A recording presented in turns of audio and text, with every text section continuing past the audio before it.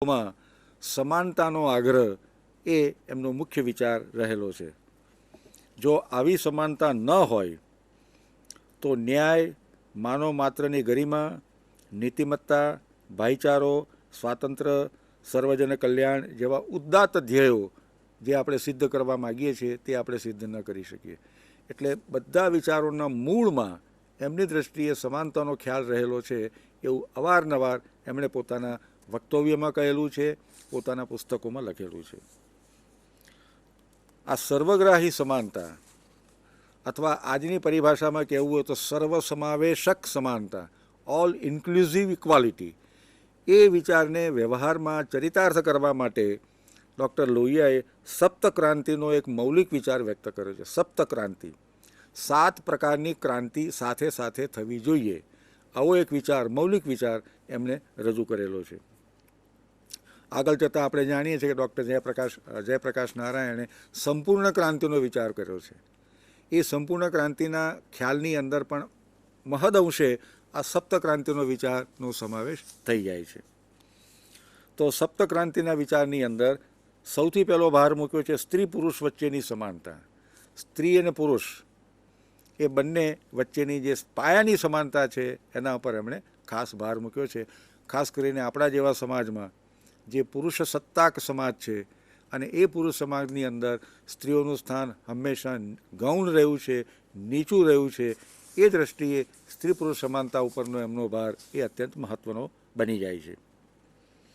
ત્યાર પછી ચામડીના રંગને કારણે જે અસમાનતાઓ ઊભી થયેલી છે, રંગભેદને કારણે ઊભી થયેલી અસમાનતાઓ, ખાસ કરીને આફ્રિકાના દેશોની અંદર જ્યાં બ્રિટિશ સત્તા અથવા તો પશ્ચિમી સામ્રાજ્યવાદી સત્તાઓ હતી ત્યાં એ લોકો રંગભેદની નીતિ અપનાવતા હતા. દક્ષિણ આફ્રિકામાં તો આપણે જાણીએ છીએ કે કાળા વિશાળ કાળી બહુમતી ઉપર મુઠ્ઠીભર ગોરા અંગ્રેજોએ લાંબા સમય સુધી શાસન કર્યું છે. આ રંગભેદની નીતિ, એ રંગભેદની નીતિના તેઓ પ્રખર વિરોધી હતા. કારણ કે માણસની ચામડીના રંગને આધારે કોઈ ચડિયાતો છે, કોઈ ઉતરતો છે, એવો ભેદ આપણે કેવી રીતે પાડી શકીએ? એટલે રંગભેદ નાબૂદીમાં તેઓ ખાસ માનતા હતા. પછી જન્મ અથવા તો જાતિ આધારિત અસમાનતામાં માનતા હતા. તમારી જે જાતિમાં તમારો જન્મ થયો હોય એ જાતિ પ્રમાણે જ તમારા આખા વ્યવહારો ગોઠવાવા જોઈએ, એવી આપણી જે જ્ઞાતિ વ્યવસ્થા છે એ પણ અસમાનતા, એમાં અસમાનતા ભારોભાર છે.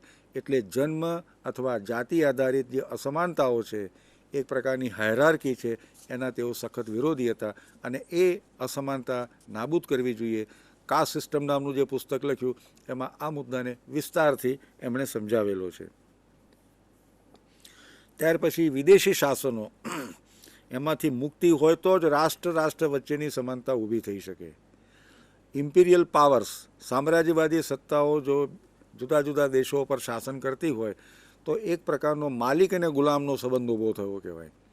તો રાષ્ટ્ર વચ્ચેની સમાનતા આપણે ત્યારે સિદ્ધ કરી શકીએ કે વિદેશી શાસન એમાંથી બધા જ રાષ્ટ્રો મુક્ત થાય અને દરેક રાષ્ટ્રને પોતાનો આત્મનિર્ણયનો અધિકાર પ્રાપ્ત થાય તો જ રાષ્ટ્ર વચ્ચેની સમાનતા આપણે સિદ્ધ કરી શકીએ.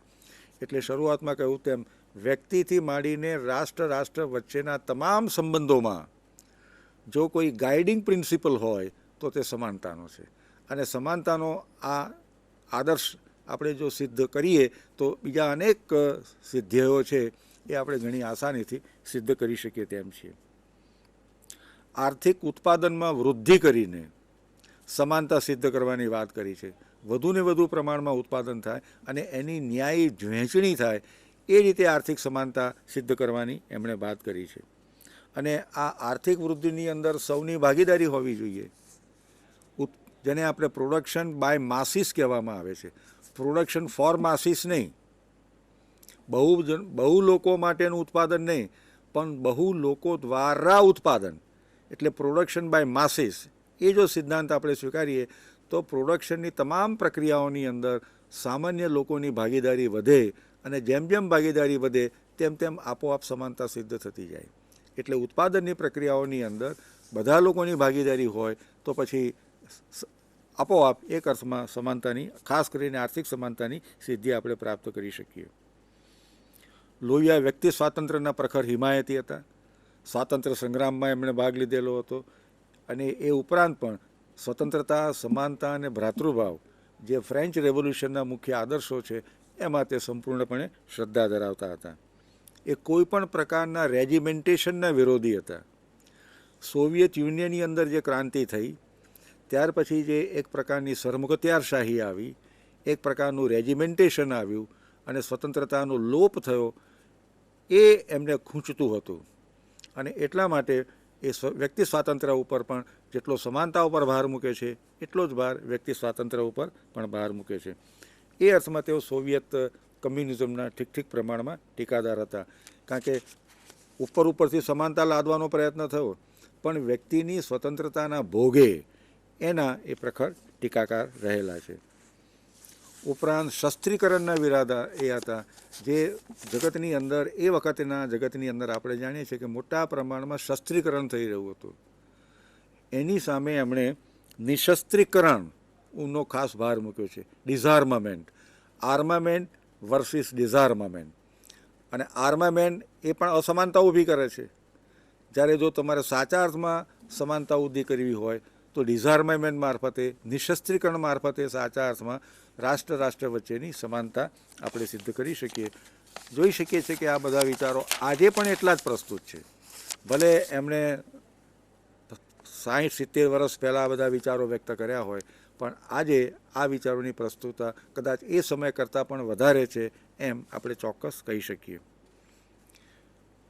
સપ્તક્રાંતિનો છેલ્લો જે એમનો ક્રાંતિનો ખ્યાલ છે તેમાં સત્તાના કેન્દ્રીકરણ ઉપર તેમને ખાસ ભાર મૂક્યો. સત્તાનું વિકેન્દ્રીકરણ હોવું જોઈએ. જ્યાં જ્યાં સત્તાનું કેન્દ્રીકરણ થાય ત્યાં સ્વતંત્રતા પણ ન રહે, સમાનતા પણ ન રહે, વ્યક્તિ માત્રનું ગૌરવ પણ ન રહે અને ન્યાય પણ ન રહે. એટલે ડિસેન્ટ્રલાઇઝેશન ઓફ પાવર, એક કેન્દ્રમાંથી તમામ સત્તા નીચે આવીએ એને બદલે સત્તાના અનેક કેન્દ્રો હોય અને ધીમે ધીમે સત્તાનું ઉપર જવાનું થવું જોઈએ. સત્તાનું આરોહણ નીચેથી ઉપર થવું જોઈએ, ઉપરથી સત્તાનું નીચે જવાનું ન થવું જોઈએ. એ અર્થમાં તે સત્તાના વિકેન્દ્રીકરણના એ ખાસ આગ્રહી હતા. આપણે જાણીએ છીએ કે સત્તાના વિકેન્દ્રીકરણનો ખાસ આગ્રહ તો મહાત્મા ગાંધીજીએ રાખેલો જ હતો.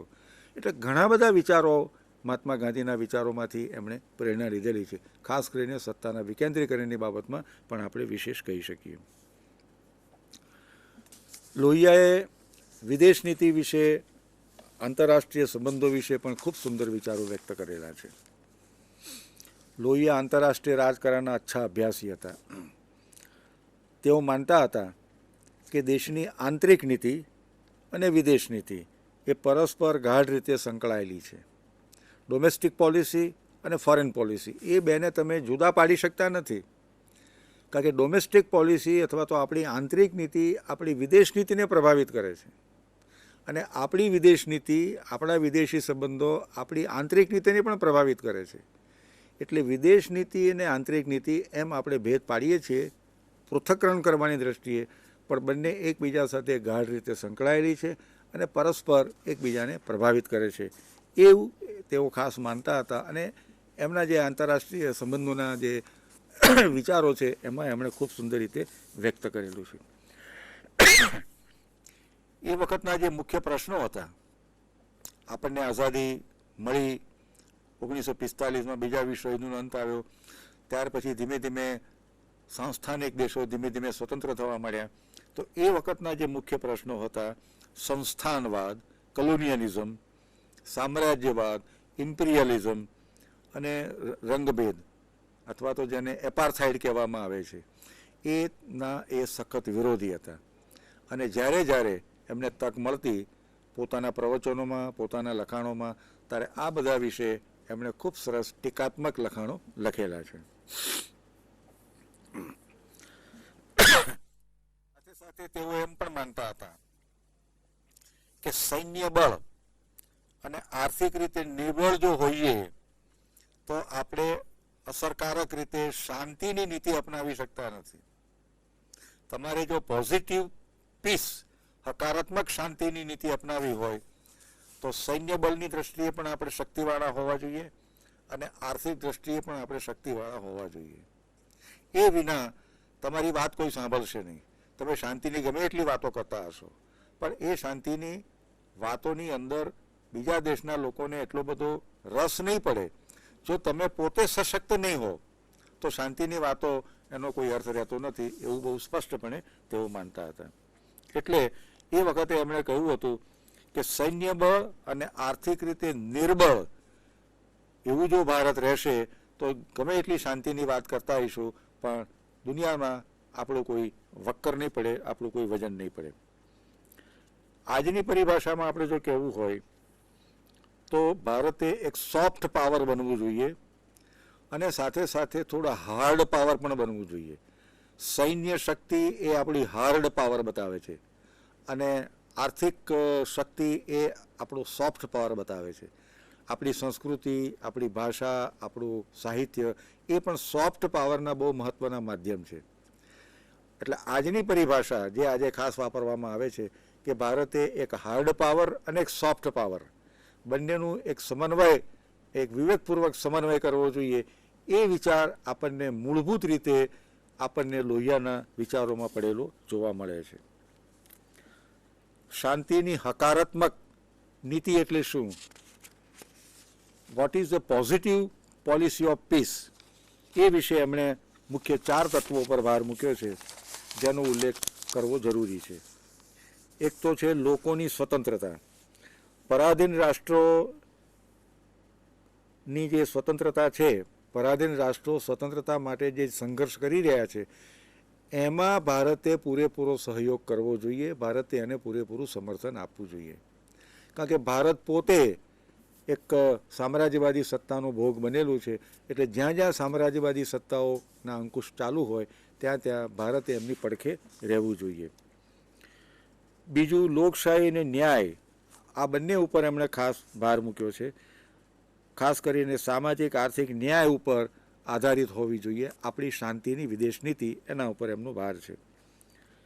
પછી એમણે ખાસ કરીને શોષણ જે આંતરરાષ્ટ્રીય રાજકારણમાં ચાલે છે એનો એમણે વિરોધ કરેલો છે. એમણે જણાવ્યું છે કે સમગ્ર વિશ્વની અંદર મહેનતના પ્રમાણમાં વળતર મળે એવા પ્રકારની વ્યવસ્થા હોય તો જ સાચા અર્થમાં શાંતિ સ્થપાશે. જો તમે કોઈનું શોષણ કરતા હશો અને એ શોષણ અને સાથે સાથે દમન કરતા હશો તો કોઈ પણ પ્રકારની શાંતિની સ્થાપના વિશ્વમાં થઈ શકે તેમ નથી. અને એક છેલ્લો મુદ્દો એમણે આપ્યો છે સક્રિય તટસ્થતા, એક્ટિવ ન્યુટ્રાલિટી. આપણે બિનજોડાણવાદી નીતિમાં માનતા હતા, નહેરુની એ અર્થમાં થોડી ટીકા પણ એમણે કરેલી છે. આપણી તટસ્થતા એ સક્રિય તટસ્થતા હોવી જોઈએ. ઉપરના સિદ્ધાંતોને આધારે તટસ્થતાની નીતિ આપણે અપનાવવી જોઈએ. આ સિદ્ધાંતોનો જ્યાં ભંગ થતો હોય, જ્યાં સમાનતાનો ભંગ થતો હોય, સ્વાતંત્ર્યનો ભંગ થતો હોય, લોકશાહી અને ન્યાયનો ભંગ થતો હોય, ત્યાં આપણે તટસ્થ કેવી રીતે રહી શકીએ? તટસ્થતાનો અર્થ એવો નહીં કે જ્યાં જ્યાં આ બધા દૂષણો છે ત્યાં આપણે મોં ફેરવી લઈએ. તટસ્થતાનો અર્થ સક્રિયતા છે અને આ બધા દૂષણોને દૂર કરવાની અંદર ભારતે અત્યંત મહત્ત્વની ભૂમિકા ભજવવાની છે એવું ડૉક્ટર લોહિયા માનતા હતા. વિદેશ નીતિના સંદર્ભમાં ડૉક્ટર લોહિયાએ પંચસૂત્રીય વિદેશ નીતિની ખાસ વાત કરી છે. 5 સૂત્રો. નહેરુની એક લોહિયાની એક ખાસિયત છે કે પોતાના વિચારોને જુદા જુદા મુદ્દાઓમાં સપ્તક્રાંતિ, 4 પાયા, પંચસૂત્રીય આ રીતે ખૂબ વ્યવસ્થિત રીતે એનાલિટિકલી પોતાના વિચારોને વ્યક્ત કરવાનો ડૉક્ટર લોહિયાએ પ્રયત્ન કર્યો છે. તો પંચસૂત્રીય વિદેશ નીતિમાં તેઓ શું કહે છે? એ વખતના સંદર્ભની અંદર આપણે જાણીએ છીએ કે 45 પછી આખું વિશ્વ 2 સત્તા જૂથોમાં વહેંચાઈ જાય છે, પાવર બ્લોક્સમાં વહેંચાઈ જાય છે. એક બાજુ પશ્ચિમી દેશો છે, મૂડીવાદી લોકશાહીમાં માનનારા પશ્ચિમી દેશો છે. બીજી બાજુ સામ્યવાદી વિચારધારામાં માનનારા સોવિયેત યુનિયનના નેતાગીરી હેઠળના બીજા બધા દેશો છે. એમની વચ્ચે એક પ્રકારનું સતત ઠંડુ યુદ્ધ ચાલે છે, કોલ્ડ વોર જેને કહેવામાં આવે છે તે ચાલે છે. તો એમાં એ કહે છે કે ભારતની વિદેશ નીતિ એવી હોવી જોઈએ કે આ સત્તા જૂથોના વિવાદોમાં ભારતે નહીં આવવું જોઈએ. કારણ કે તમે જો એક જૂથ તરફ નમતું જશો તો બીજું જૂથ તમારાથી જુદું થઈ જશે અથવા તમારી વિરુદ્ધમાં થઈ જશે. એટલે સક્રિય તટસ્થતાની નીતિનો અર્થ એટલો છે કે જ્યાં જ્યાં કશું ખરાબ થતું હોય, ખોટું થતું હોય, આપણા સિદ્ધાંતોનો ભંગ થતો હોય ત્યાં આપણે સક્રિય રહેવું જોઈએ. પણ સત્તા જૂથોનું જે રાજકારણ છે એનાથી આપણે અળગા પણ રહેવું જોઈએ. તટસ્થતાનો આ પણ એમણે અર્થ કરેલો છે. એમાં આપણે માથું નહીં મારવું જોઈએ, કારણ કે એ વખતે બધા પ્રશ્નો સત્તા જૂથના રાજકારણના સંદર્ભમાં જોવાતા હતા. અને એ દૃષ્ટિએ આ એમનું એક બહુ મહત્ત્વનો ખ્યાલ હતો કે સત્તા જૂથોના અંદર એ લોકોની અંદરના જે રાજકારણ છે, પાવર પોલિટિક્સ છે, એમાં આપણે નહીં પડવું જોઈએ. બીજી બાજુ એમણે એશિયાઈ દેશો સાથે ગાઢ સાથ અને સહકાર સાધવાનો પણ ખાસ ભાર મૂકેલો છે. કોઈ સત્તા જૂથમાં ન જોડાય. આફ્રિકા અને એશિયાના દેશો જે ધીરે ધીરે આઝાદ થઈ રહ્યા હતા, એ કોઈ સત્તા જૂથમાં ન જોડાય તેવો ભારતે આગ્રહ રાખવો જોઈએ, જેમ પંડિત નહેરુએ પણ આગ્રહ રાખ્યો હતો, જેમાંથી બિનજોડાણવાદ અને બિનજોડાણની એક ચળવળ શરૂ થઈ. એ અર્થમાં એમણે પણ એવો આગ્રહ રાખ્યો હતો. તો સક્રિય બિનજોડાણવાદની નીતિને તેઓ કરે છે. નહેરુની કેટલીક બાબતોમાં એમણે ટીકા એ અર્થમાં કરી છે કે જ્યારે અમુક દેશો પર આક્રમણ થાય છે ત્યારે આપણે કશું બોલતા નથી, બીજા દેશો પર આક્રમણ થાય છે ત્યારે આપણે વધારે પડતું બોલીએ છીએ. આ આપણી જે બિનજોડાણની વિદેશ નીતિ એ સાચા અર્થમાં બિનજોડાણની વિદેશ નીતિ કહેવાય. એ રીતે પણ એમણે એમની ક્યારેક ટીકાઓ કરેલી છે. બિનજોડાણની વિદેશ નીતિનો અર્થ એવો છે કે જ્યાં જ્યાં આવું થતું હોય ત્યાં ત્યાં આપણે વિરોધ નોંધાવવો જોઈએ અને આપણે આપણું જે વલણ છે એ સ્પષ્ટ કરવું જોઈએ. એમણે એમ કહ્યું કે આ બે સત્તા જૂથોની અંદર આખું વિશ્વ વહેંચાયેલું છે એવું માની લેવાની જરૂર નથી. આ બે સત્તા જૂથોમાં જોડાયેલા રાષ્ટ્રો ઉપરાંત એક ત્રીજું વિશ્વ પણ છે, જેને આપણે થર્ડ વર્લ્ડ કહીએ છીએ. એ કન્સેપ્ટ, થર્ડ વર્લ્ડનો કન્સેપ્ટ, એના મૂળ પણ આપણને લોહિયાના વિચારોમાં જોવા મળે છે. પહેલા વિશ્વના પ્રશ્નો જુદા છે, બીજા વિશ્વના પ્રશ્નો જુદા છે, પણ ત્રીજા વિશ્વના પ્રશ્નો પણ એ બંને કરતાં ઘણા જુદા છે અને એના ઉપર આપણે આપણું ધ્યાન ખાસ કરીને ફોકસ કરવું જોઈએ. એ દૃષ્ટિએ એમણે થર્ડ વર્લ્ડ